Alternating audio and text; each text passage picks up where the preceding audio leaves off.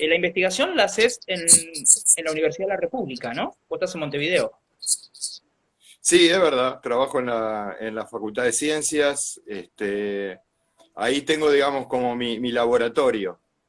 Esa es la parte central. Después me muevo por ahí porque como hago bastante interdisciplina, eso Ajá. me lleva a interactuar con mis colegas de agronomía, de química, de nutrición, de derecho. Entonces, y en la Universidad de Uruguay hay algo que es bastante original, que es un espacio académico dedicado exclusivamente a la interdisciplina. Ajá. Entonces yo empecé a trabajar ahí en el 2008, ya en la comisión directiva, y bueno, he seguido vinculado, entonces es como un lugar de reuniones, de interacción, entonces ahí voy bastante también. ¿Vos sos egresado de la Universidad de la República?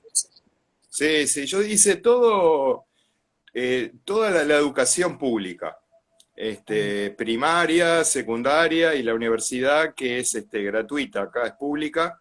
Sí, egresé como grado en la Universidad de la República, e incluso el posgrado también lo hice ahí porque lo empecé en Francia, pero no lo terminé, y bueno, lo culminé acá en Uruguay. Y el trabajo, digamos, del colectivo TA, de interdisciplinario, ¿eso surge también en la Universidad de la República? Es algo que lo gestás vos? No sé si lo gesté yo, pero mira, primero fue colectivo T, Ajá. porque nos ocupábamos principalmente de los transgénicos. Y en realidad el impulso surge como de la unión de dos vertientes. Una vertiente que viene de la sociedad, a través de Slow Food Uruguay, por ejemplo, y la red de agroecología, que organizaban seminarios de etiquetado de alimentos transgénicos. Y por otro lado veníamos trabajando con Pablo Galeano, con otra gente de Facultad de Química y Agronomía, estudiando la posible contaminación del maíz criollo por maíz transgénico a nivel de campo. Eso dio lugar a una línea que aún continúa hoy a nivel de cuidado de las semillas criollas, revalorización del maíz criollo, Claro. y ahí como que confluimos esos dos movimientos, que había uno académico y otro no, en estos seminarios, y ahí fue que empezamos a impulsar una ley de etiquetado de alimentos transgénicos para Uruguay. Eh, Eh, es- sí, Esa esa ley está, ley a nivel nacional, no te doy perdón. esa ley está vigente hoy por hoy. Bueno, a eso iba. No hay una ley de vigencia nacional. Lo que sí hay son decretos departamentales, como si fueran provinciales en el caso de Argentina. Claro. ¿Está bien? Entonces, esa ley duerme en algún cajón del Parlamento. La presentamos dos veces, en el 2003, en el 2013 y en el 2015. Este, lo que pasa es que sería complejo analizar por qué esa ley no sale, ¿no? Sin embargo, a nivel de algunos departamentos, sí ha salido, entonces hay un etiquetado parcial en Uruguay. Por ejemplo, Montevideo, que tiene la mitad de la población, hay etiquetado. En Paysandú, que queda enfrente a Concordia, ahí Río Uruguay, también hay etiquetado. Y hay un par de departamentos más de Uruguay que tienen el etiquetado obligatorio. ¿Cómo funciona eso? Yo voy al supermercado y que tiene otro rótulo, digamos, en el paquete. ¿Cómo te avisa? ¿Y qué es lo que Sí, te define? ¿Qué es lo que te dice? sí. Tiene primero el rótulo era igual al de Brasil, no sé si ustedes lo tienen, que es un triángulo amarillo con una T en el Acá no hay medio. ninguno. Ningún Ah, etiquetado, básicamente. porque ¿qué pasa? En Uruguay importábamos mucho alimento de Brasil y ya venía con la T, esa Ah, T. Entonces, en Brasil también, en Brasil es obligatorio a nivel país. ¿Está bien? Entonces, tomamos eso como modelo. A la industria no le gustó porque decía que la T parecía que era tóxico, fíjate Ah, vos. Entonces, al ¿qué quiere que final se funcione? transó, claro, al final se transó en poner un logo circular que dice, este alimento contiene organismos genéticamente modificados, OGM. Ok. ¿Tá? Y entonces, sí, tú vas al supermercado y encontrás un paquete de galletitas, de arroz, de mayonesa, de salsas, de sopa, porque son ubicuos los transgénicos, ¿viste? Sobre todo en los alimentos procesados. Ahora, Entonces, sí, sí. no, discúlpame que te interrumpí. No, No, no, no, nada, digo, simplemente iba diga, a comentar que el sí, umbral se sí. fijó en el 1%, 1%, que es lo mismo que sucede en Brasil, por ejemplo. O sea, si tenés menos de un 1% no aparece definido en la etiqueta. No está rotulado No, no, como que contiene transgénico. no, claro, claro, sí, tal Ahora, si cual. vos vas al Sí. supermercado, ¿tenés la alternativa que no sea de transgénico en una galletita, por ejemplo, en la góndola? ¿Tenés separado Sí, los alimentos? no está separado, pero hay. Y de hecho, vos fijate que acá sucedió algo similar a lo que ha sucedido en otros países, que es una reformulación. O sea, alimentos que en un momento eran preparados con ingredientes transgénicos, que vamos a mencionar que los más conocidos para aquellos que no saben, es la lecitina de soja, por ejemplo, el almidón de maíz, el jarabe de alta fructosa. Esos tres ingredientes son muy ubicuos en los alimentos procesados. Este, se reformuló, alguna parte de la industria reformuló. Entonces, para no pasar por el etiquetado. Incluso algunas grandes marcas de refrescos muy conocidas reformularon el azúcar, el jarabe de alta fructosa, lo empezaron a comprar desde otro origen, por ejemplo, remolacha, caña de azúcar, que no son transgénicos, para evitar el jarabe de maíz, porque iban al etiquetado. Ahora, la oferta es de mucho alimento importado, ¿no? Sí, sí. Sin embargo, hay mucha industria nacional que se hace, hay mucha industria nacional en realidad. Uruguay es un país que ofrece a nivel de alimentos procesados mucha variedad. A nivel de alimentos frescos, no tenés la variedad que encontrás, por ejemplo, en México, ¿tá? Que es increíble, ¿no? O en otros países de América Latina. Es mucho menor, pero no, pero hay variedad, sí. Mm. ¿Por qué, Claudio, el interés por los transgénicos? ¿Cuándo arranca esto para vos? Mira, arrancó un poco de casualidad, porque yo me formé como químico, trabajo en la sección de bioquímica y digamos que mi carrera acompañó al boom de la llamada biotecnología moderna, ¿viste? Vinculada con el ADN recombinante, la ingeniería genética, Ajá. y la verdad que utilicé mucho de esas técnicas durante mi trayectoria, digamos, en el laboratorio. Y yo tenía una opinión más bien neutra de los transgénicos porque a lo que uno le llegan más que nada son las promesas que hay atrás de los transgénicos, ¿viste? Claro, el marketing. Entonces esas promesas sumadas al glamour de biotecnología moderna y todo eso, yo me las comí. Me las comí. Entonces era más bien neutro. Decía, bueno, sí, no sé qué. Hubo cosas que me empezaron a abrir los ojos, ¿no? Recuerdo que hubo un seminario acá en Uruguay en el año 2000, que vino gente de la Argentina, en fin, no los voy a mencionar porque eran todos pro transgénicos, Ah, pero hay gente que todavía está en la vuelta, ¿tá? Muy conocidos, en fin. Pero sin embargo empecé a escuchar voces críticas, ¿viste? Y dije, mira, nunca había pensado en esto. Y el punto de inflexión, vamos a hacerla corta, el punto de inflexión fue cuando conozco y trato personalmente a Andrés Carrasco. ajá. Andrés Carrasco es el que me hace ver de que el transgénico no es solo el transgénico.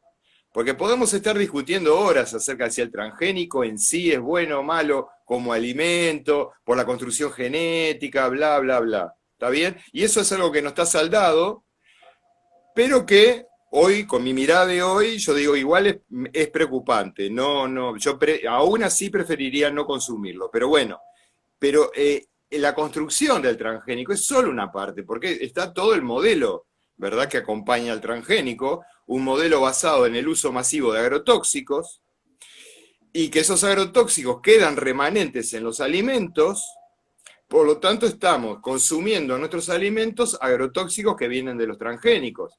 Y bueno, se me puede decir, bueno, pero eso no es privativo de los transgénicos, y es cierto, pero los transgénicos fueron diseñados para eso. ¿Está Claro, bien? es- Entonces, y después llega toda la parte, digamos, ambiental, de salud, que me la hace ver Carrasco, y digo, no, no, esto realmente acá hay algo que no cierra para nada.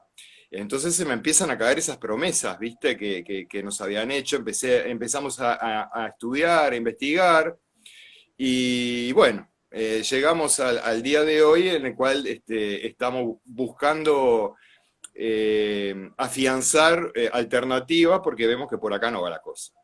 no, es interesante esto que planteas porque es un comentario que se hace muy seguido. Acá está muy de moda la carrera de biotecnología en los últimos años, sobre todo, fogueada, ¿no es cierto?, por los sectores que se benefician justamente de crear nuevos cuadros, junto con los ingenieros Claro. agrónomos, que también están formados, la mayoría en la base de recetar, ¿no es cierto?, agrotóxicos. Pero muchas veces el comentario que se hace es, bueno, la culpa no es de la tecnología, la culpa no es de la transgénesis en sí. Es muy interesante esto que vos decís porque es inseparable del uso de agrotóxicos, por lo menos hasta ahora, ¿no? Ojo, porque transgénesis es una técnica, ¿está Claro, bien? Es una técnica. Transgénesis, yo vengo usando transgénicos en el laboratorio desde hace mucho tiempo. Yo te diría, desde que arranqué con esto, no voy a decir desde hace cuánto porque me da pena, ¿viste? Pero decenas de años. Ahora, ¿qué pasa? Los usamos confinadamente en el laboratorio para interrogar a la naturaleza o de acuerdo al problema que uno tenga. Yo ahí no veo mayor problema porque vos trabajás en una contención biológica, se inactiva, por lo menos se trata de inactivar todo lo que uno produce, no estamos largando transgénicos al medio ambiente, en fin. claro. El tema es los productos comerciales transgénicos, para mí. Entonces, eso que a vos te plantean, en realidad es una falacia, porque claro, es como decir, bueno, claramente la transgenia es una herramienta más, ¿está bien? Con sus ventajas y sus limitaciones. Claro. Fíjate vos que las ventajas que tiene es que vos podés estudiar cómo funciona una secuencia genética en otro organismo, una secuencia genética, suponete, de ser humano, que no podés interrogar genéticamente al ser humano, porque eso éticamente no es viable y no se puede hacer, pero la pones dentro de una bacteria, dentro de un ratón, dentro de un gusano, y ahí ves cómo se comporta. Y eso para hacer avanzar ciertas cuestiones de conocimiento, incluso de medicina, está bárbaro. Yo no le veo mayor problema a eso, pero le veo problema cuando, en primer lugar, ignoramos las limitaciones que tiene esto, porque no son técnicas exactas, por más que se le llame ingeniería genética, eso es un oxímoron, porque vos fíjate que ingeniería, un ingeniero trabaja con cuestiones que son materiales, inorgánicas, muertas, básicamente, ¿no? Objetos. La vida no es eso. Entonces, ¿cómo podemos pensar hacer ingeniería sobre la vida? Ahí ya hay un problema, perdón, conceptual mayor.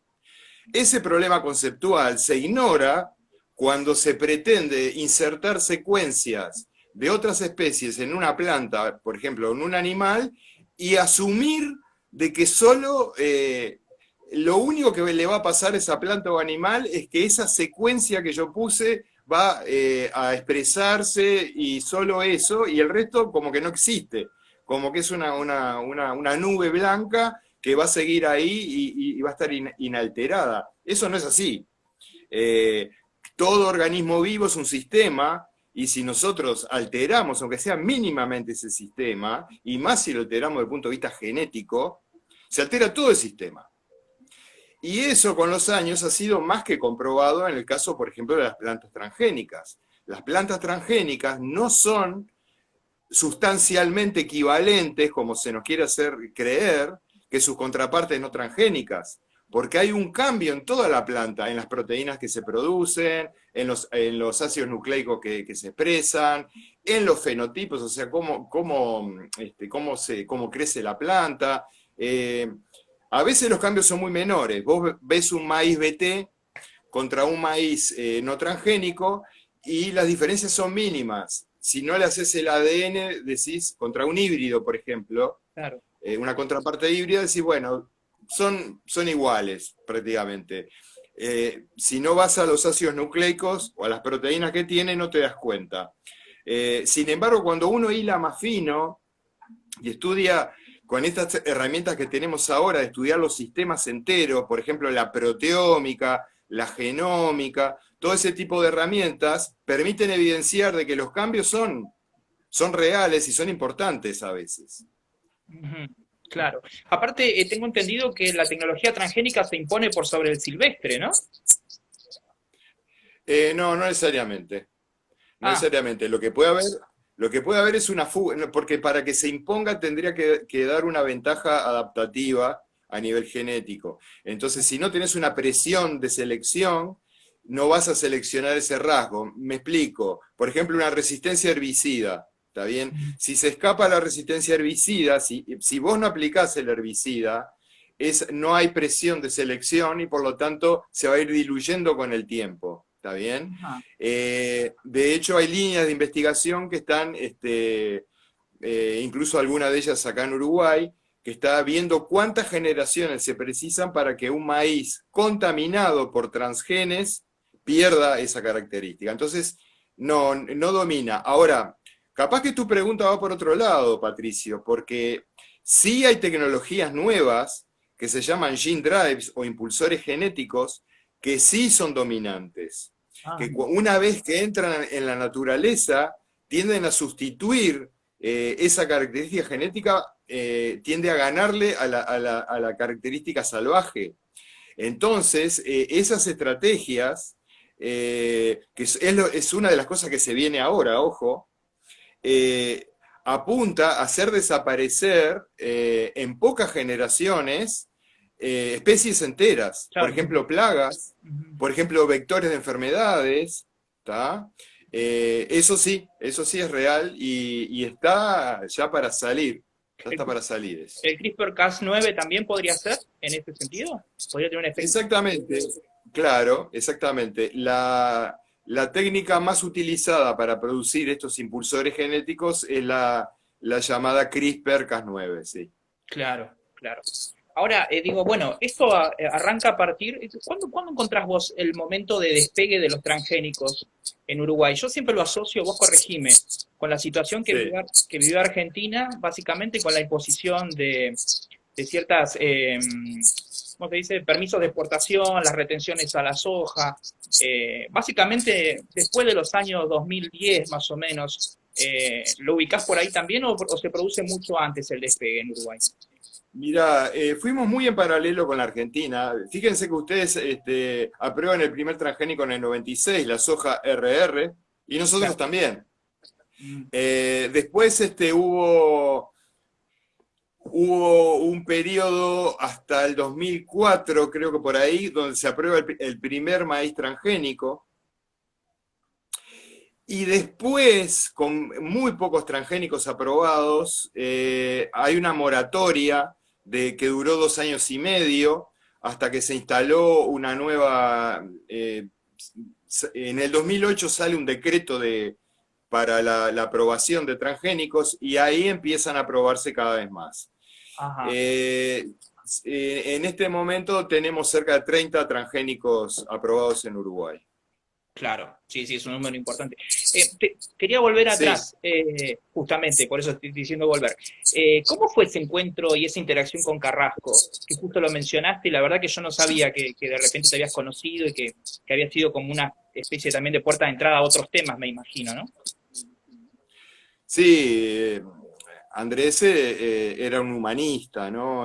Podías hablar del tema que fuera con Andrés y era una persona deliciosa, súper divertido, un humor muy fino, a veces un humor medio pesado, pero él vino acá a dar unos cursos de su especialidad básica de ciencia, que era el estudio de los embriones. Ujú. O sea, el mismo sistema que utilizó para evidenciar la toxicidad del glifosato a nivel del desarrollo embrionario, él lo vino a enseñar acá con sus modelos. Entonces era una técnica muy específica que se llama hibridación in situ. Vino a dar un curso de una semana a un año. Ahí empezamos a conversar, volvió a los 2 años y ahí fue que, digamos, conversamos mucho más. Yo creo que eso fue alrededor yo calculo que el 2008, por ahí, Ujú. 2006, 2008. Claro. Y ahí quedó el contacto, empezamos a mandarnos mails, yo lo empecé a consultar cuando tenía dudas, y después Carrasco, que tenía esa vertiente muy fuerte de activismo, de científico comprometido con la sociedad, se lo empezó a invitar acá en Uruguay para que diera conferencias, charlas, ya sobre el tema específico de los transgénicos, ¿no? Claro. Uruguay solamente tiene aprobado transgénico vegetal, ¿no? Sí, soja y maíz, nada más por ahora. Sin embargo, está, eh, Algodón, ¿no? está, no, algodón no, porque no se planta algodón en Uruguay. Ah, no sabía, mira. Este, no, no, pero lo que sí está para probarse es el trigo que ustedes El H, generaron, queridos hermanos argentinos. el El famoso HB4. trigo, el HB4, Ujú. sí, que no nos gusta nada. El año pasado casi se aprobó y hubo una gran movida a nivel social, científico, científico no tanto, porque lo que nos movimos fuimos nosotros, de ahí sí el colectivo TA, hicimos documentos, juntamos firmas, hubo una movilización como para que esto por ahora esté trancado. Claro. Igualmente Bioceres, que es la desarrolladora, digamos, de la genética, en realidad es un desarrollo de la universidad pública, sabrías vos, que viene del lado de la Sí, Universidad del Litoral, ¿no? Eh, claro, sí. como tienen bloqueado, digamos, por ahora, porque hay un rumor muy fuerte de que en Argentina se puede aprobar en el corto plazo, están buscando una Mm, manera de hacerlo fuera en la región, pero no dentro de Argentina, para después sí forzar la habilitación interna.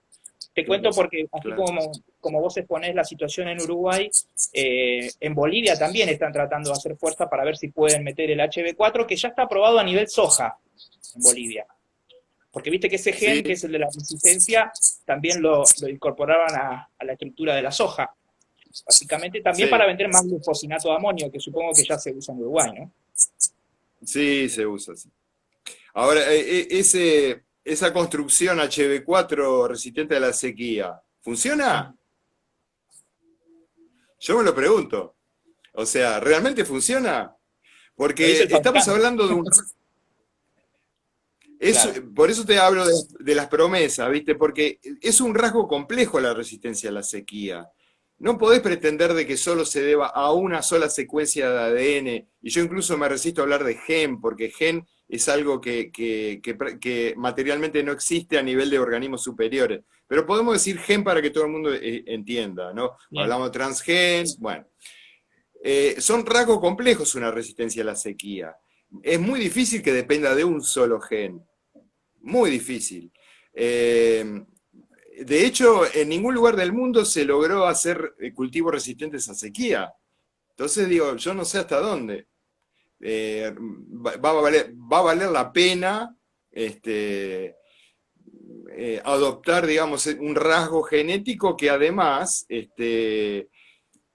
salvo ciertas regiones, digamos, sobre todo me imagino en Argentina, acá en Uruguay no es un problema la sequía. Claro. No tiene sentido, básicamente, es algo como lugar de investigación en el sentido de volcarlo a campo y ver qué efecto produce, ¿no? Sí, pero vos fijate, sí, sí, pero Es curioso porque la investigación que se hace a posteriori de liberar un evento transgénico es mínima. Claro. Mínima. No hay registros. Por ejemplo, yo no tengo manera de saber en Uruguay dónde se planta soja transgénica. No Ajá. hay registros. No hay registro. ¿Qué maíz se planta transgénico y en dónde? No tengo manera de saberlo.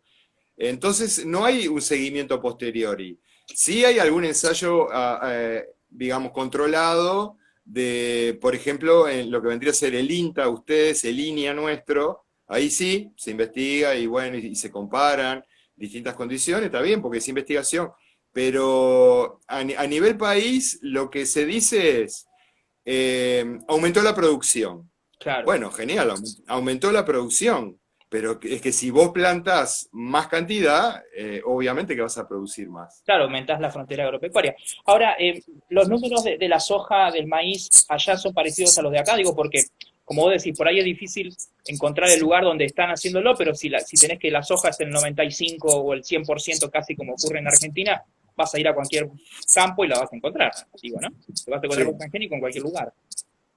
sí, soja no transgénico tú vas a encontrar, fíjate que se empezó, mira, pasan cosas curiosas con la soja transgénica, porque como sabrás, la soja que producimos nosotros acá en la República Unida de la Soja, no es no es para consumo humano. No, Los salvo por el chinos, procesado. claro, claro, los chinos no comen esa soja. Entonces vos fíjate que hace unos años vinieron los chinos acá, que son los grandes inversores en este momento, son los que están moviendo el mundo a nivel económico básicamente, y nos pidieron soja no transgénica de la variedad que ellos querían comer. Y dicen, no, acá no plantamos. Y dice, ¿pero y cómo? Entonces ahí empezaron a avivarse de que plantar soja no transgénica podía ser un buen negocio. Claro. Entonces empezó a haber una reconversión en algunas parcelas del sur del país hacia la soja no transgénica, incluso apoyadas por planes específicos del gobierno, pero sigue siendo muy minoritario. El consumo de soja no transgénica en Uruguay viene de soja que se importa desde Brasil, porque en Brasil sí hay zonas donde se cultiva soja no transgénica, pero en Uruguay prácticamente el 99 y pico por ciento de la soja, la que uno ve en los campos, es toda soja transgénica. Ahora, Claudio, ¿cómo hacer soja silvestre, pongámosle, al lado de un campo de que tiene sí soja transgénica? Digo, ¿es posible que no haya una contaminación? Contaminación genética no habría, a no ser que haya trasiego de semillas, porque la polinización de la soja hace que se autopolinice y no ande el polen volando por ahí, que sí pasa en el maíz. Ah, Sí pasa en el maíz. El maíz sí contamina a otros maíces, incluso a más de 1 kilómetro de distancia. ¿Está bien? Pero la soja no. Ahora, ¿qué pasa? La soja transgénica, como tiene rasgos de resistencia herbicida, porque en general las hacen para eso, ¿verdad? sí. Si vos plantás una soja al lado que no es resistente a herbicida y vos tirás herbicida en un campo, va a afectar al campo de al lado. Y más ahora con estos herbicidas que se vienen ahora, el dicamba, que es porque todos sabemos que el glifosato tiene los días contados, Sí, ¿verdad? claro. Ahora es el malo de la película, pero sin embargo los otros herbicidas que andan en la vuelta son peores todavía. Y el dicamba en particular es muy volátil. El glufosinato también puede llegar a ser volátil, pero el dicamba en particular es muy volátil. Entonces la soja RR2 Pro resistente a dicamba, ¿está bien? Entonces eso que tú mencionas que le podríamos llamar coexistencia de modelos, está complicado. Yo no lo veo posible si no se hace un plan de ordenamiento territorial muy, muy bien diseñado y sobre todo muy bien controlado. Impecable, No Claudio. lo veo. Me Sí. encanta, te preguntaría tantas cosas que no sé cuánto tiempo vas a tener disponible. No, no, me encanta. No, dale. Te quería Sí, preguntar, sí. digo, vos sabés que Argentina, supongo que estás saltando que Argentina tiene una variedad de pez transgénico aprobada, aunque no se está haciendo acá. Ah, Bueno, no sabía. son esas cosas que uno se va enterando por empresas estadounidenses que están desarrollando biotecnología aplicada al tema de animal. Acá muchos no lo saben Sí. y de hecho creo que lo hablé con el doctor Damián Marino que está conectado en la charla. Básicamente es una variedad de tilapia. Está aprobada, Ajá. está aprobada por lo que era el Ministerio de Agroindustria del macrismo, pero no ha habido un lanzamiento comercial. Pero la habilitación está si se pudiera hacer, ¿no? Si se quisiera hacer a nivel comercial. Te quería preguntar, digo, si no escuchaste también que en Uruguay de repente puede haber algún tipo de interés para avanzar también con cuestiones de animales, ¿no? Sí, mira, te voy a contar una cosa muy curiosa, por decirlo de alguna manera. Eh,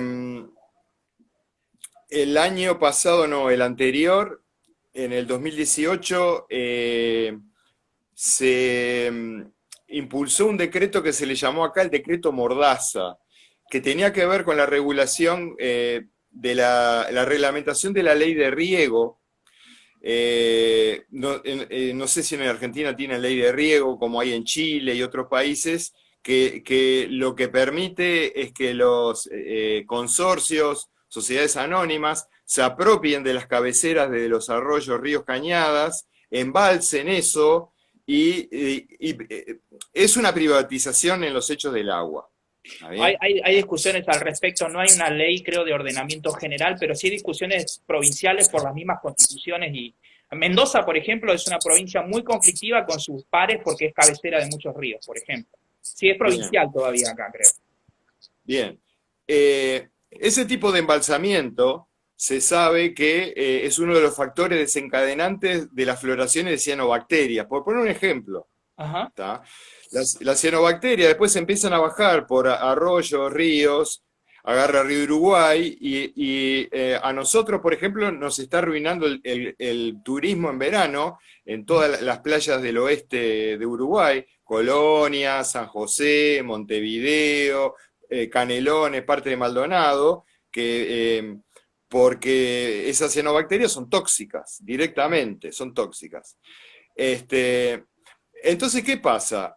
La academia empezó a prepararse para investigar todo eso. Y la academia tiene, en Uruguay, por más que es muy chica, en el Uruguay fíjate que somos más o menos 2.000 científicos en todo el Uruguay, ¿está bien? Muy poca cantidad. Sin embargo, se está investigando bastante la contaminación de los cursos de agua a nivel de organismos, perdón, de productos orgánicos persistentes, de metales pesados, de agrotóxicos, en fin, se está investigando, cianobacterias, todo eso. Entonces, ¿qué se le ocurre al gobierno?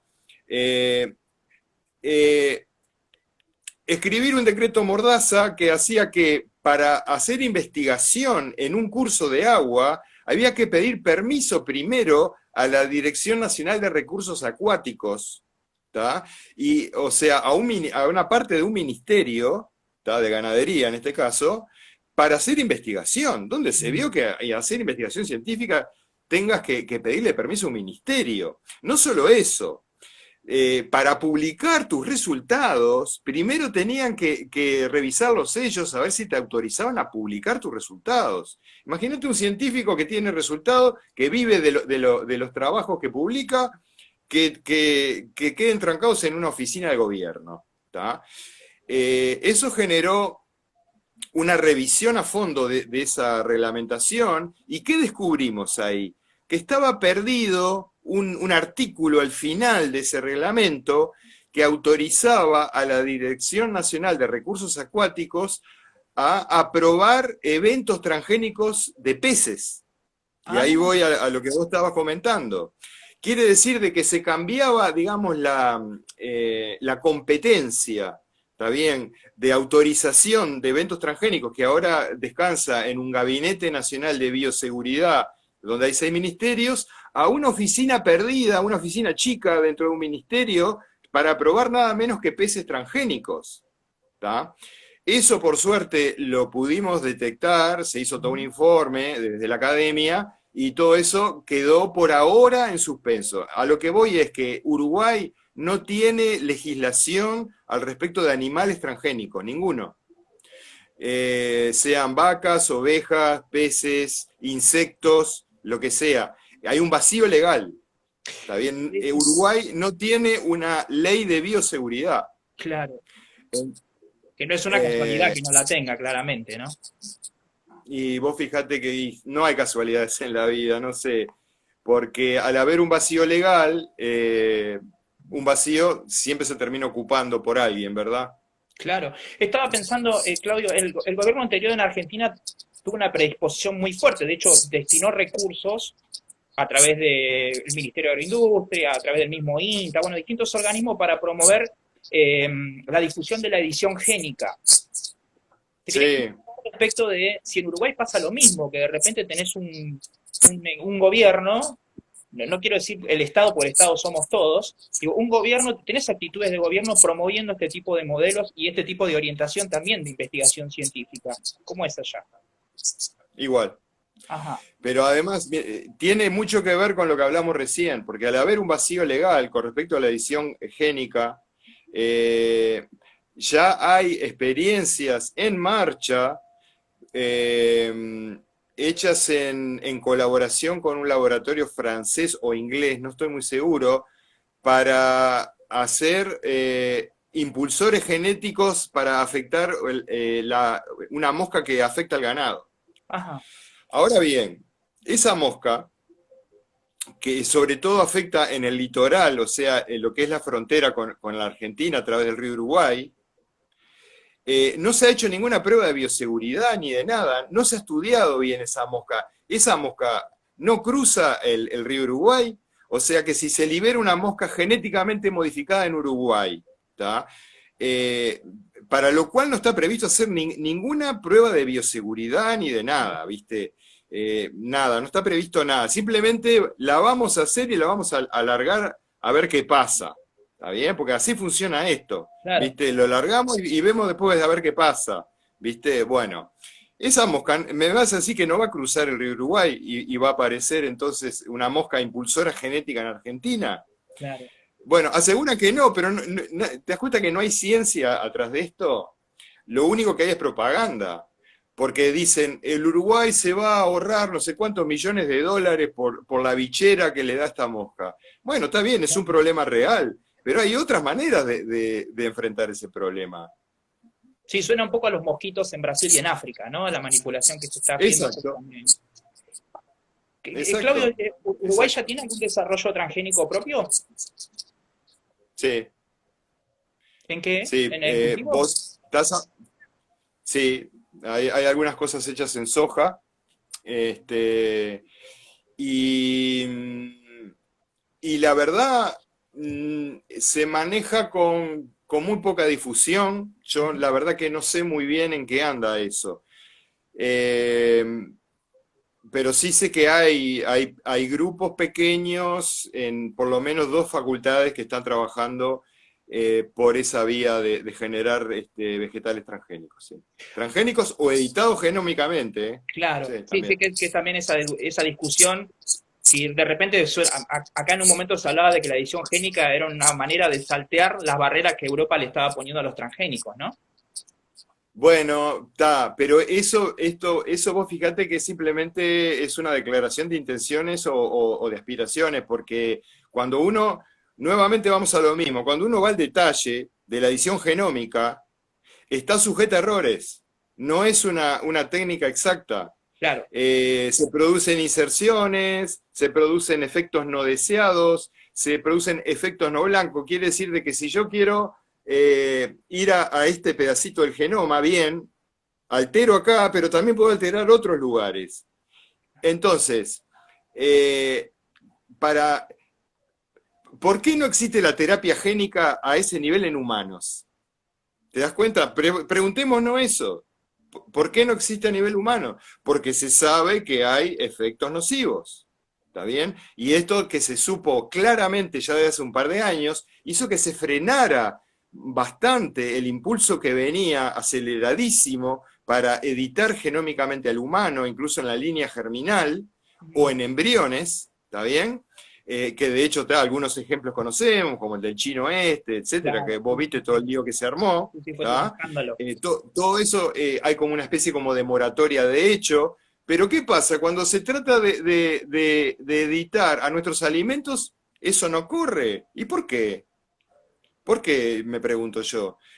¿Por qué no aplicamos la misma lupa que hoy se puede usar a nivel metodológico, ¿no? La lupa, si bien a nivel genómico, en una planta editada genómicamente, en una mosca editada genómicamente, y vas a ver que ahí se te abre la caja de Pandora, porque te vas a dar cuenta, como pasó con los mosquitos en Brasil, como pasó con la vaca sin cuernos, creo que también fue en Brasil, donde se coló ADN de otros orígenes adentro del genoma de la vaca, que no es como nos ponen en la figurita de CRISPR, de que dice, bueno, esto viene acá, reconoce, corta, sustituye y listo. No, no es así. Claro, claro, claro. Estaba pensando, digo, con todo el boom de la cuestión de las pasteras, eh, todo ese negocio, Mm.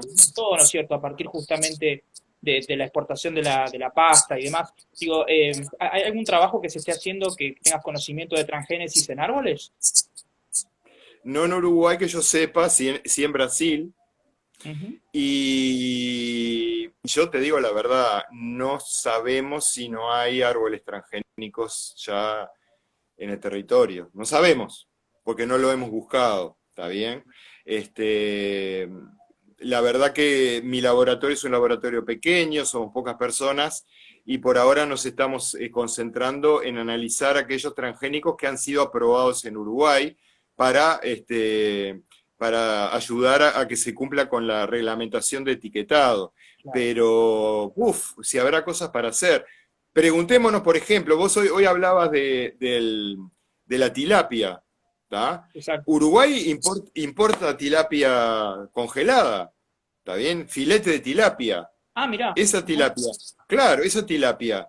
Y esa tilapia no será genéticamente modificada. ¿De dónde viene? Ni idea. Salmón. Claro. Hay un salmón gigante, transgénico a hormona de crecimiento, que está aprobado para ser producido en Canadá y Estados Unidos, Sí. y nosotros vamos al supermercado y encontramos el salmón congelado. ¿No será transgénico eso? Es la Si misma, así fuera.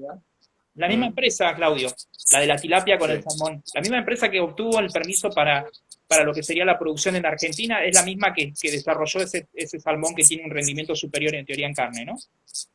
Ah, bueno, después me vas a pasar eso por mail porque me interesa mucho. Por supuesto que sí. Estaba escuchando algunas entrevistas que te hicieron y en un momento pensaban eso, como vos decías, de la ley, esa suerte de mordaza que les pusieron para no investigar algunos temas.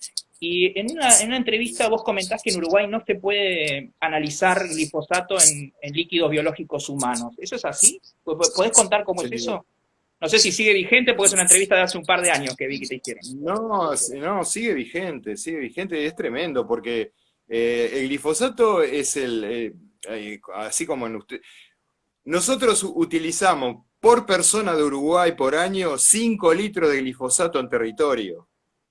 Ustedes creo que son 8 o 10, esos son trabajos. Marino que está ahí atrás no puede, Sí, no sí. puede hacer el comentario, pero es una cantidad tremenda de glifosato la que se usa y, y no se puede analizar en seres humanos, e incluso en gente que sabemos que ha estado expuesta en territorio, porque han habido fumigaciones sobre escuelas, han habido fumigaciones sobre casas, la misma situación que sucede en Argentina sucede en Uruguay, lo mismo, ¿está bien? Capaz que en una escala un poco menor, pero es lo mismo. Y no podemos hacer ese tipo de análisis. Y siempre me preguntan por qué. Bueno, ahí se me escapa la respuesta, ¿viste? Porque tenemos recursos humanos, hay infraestructura, y no se puede analizar. Entonces, con mucha dificultad estamos poniendo a punto la detección de glifosato en orina, por lo menos no en sangre, para poder tener por lo menos un test más o menos rápido, y ponerlo a disposición de las autoridades, si les interesa, o de quien sea, ¿viste? Pero a ese respecto, vos fíjate que eso lleva a una lógica que es un poco perversa, que cuando discutimos este tema con algunas autoridades, nos dicen, pero en Uruguay no hay datos, Claro. ¿está bien? Entonces, si vos no podés demostrar la realidad de campo en tu laboratorio, es como que no existiera, ¿verdad? Bueno, pero ahí nosotros apelamos a ustedes, los argentinos, que sí tienen investigaciones Y entonces lo que nosotros decimos es, damos vuelta a la lógica, si se quiere, el peso de la prueba. Decimos, miren, en Argentina saben que está pasando esto. Es la misma región, el mismo modelo de producción, más o menos la misma población, la misma genética. Entonces, tienen que demostrar ustedes que no están contaminando como está contaminada la gente en Argentina, ¿viste? Y bueno, no hemos tenido mucha suerte con esa lógica, pero por lo menos está planteado a nivel de discusión. ¿Está bien? Pero sí, es un debe que tenemos como sociedad. ¿Oh? Sin embargo, digo, estaba pensando en esto que vos me decías de las trabas a efectuar la labor científica, digamos, de manera independiente, ¿no?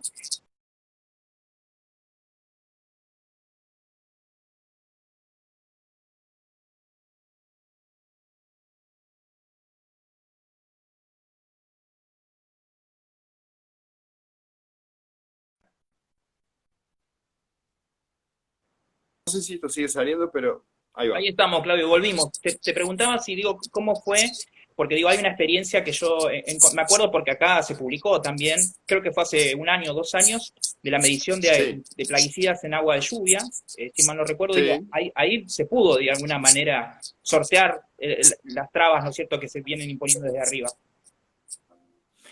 Es que no hay trabas explícitas, ojo. Ajá, Ese decreto Mordaza nunca llegó a implementarse. No hay trabas explícitas. No, no, no, no. No hay una censura explícita.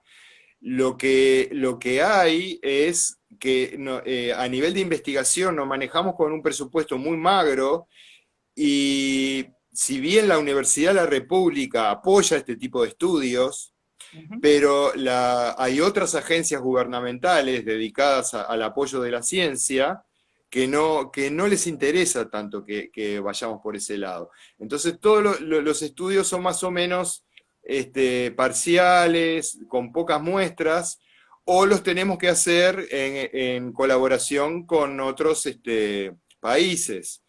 ah, Por ejemplo, hace un par de años publicamos junto con el amigo Emanuel Ortega y Alma Piñeiro en México la presencia de secuencias transgénicas en alimentos que en México le llaman de botanera, que son alimentos chatarra, ¿viste? los Los chisitos, chisitos, sí, los doritos, los doritos, sí, todas esas porquerías claro, que nadie debería comer, sí, tal cual, pero que son tan ricos, ¿viste? Bueno, también, está, digamos todo, claro. ahí va. Pero encontramos que esos alimentos estaban llenos de secuencias transgénicas, pero además muchos tenían glifosato, además. Ujú, Y eso lo pudimos hacer gracias a que tuvimos una alianza académica estratégica con la gente de México. Ahí llevamos muestras de acá, trajimos muestras de México, en fin. Entonces, estamos buscando colaboraciones a nivel regional, porque claro. es una misma región, es el mismo problema, y bueno, tenemos que unirnos. Los científicos que queremos hacer ciencia independiente, que queremos hacer una ciencia que no está ligada a intereses corporativos, que nos interesa el bienestar de la gente, el bienestar de la población, que apuntamos a querer un país que sea sano desde el punto de vista ambiental, que sea sano desde el punto de vista de la salud humana, de la salud animal. Bueno, yo creo que hago un llamado acá a unirnos, viste, los científicos. Y de hecho está pasando, porque existe algo que se llama la Unión de Científicos Comprometidos con la Sociedad y la Naturaleza de América Latina, UXNAL, que tiene una actividad bastante interesante Claro. y que con esto de la pandemia, digamos, logramos volver a unirnos virtualmente, digamos, pero nos reunimos cada 2 años y eso. Se está avanzando lentamente, pero también nos damos cuenta de que somos un grupo minoritario. Claro, claro. Claudio, mira,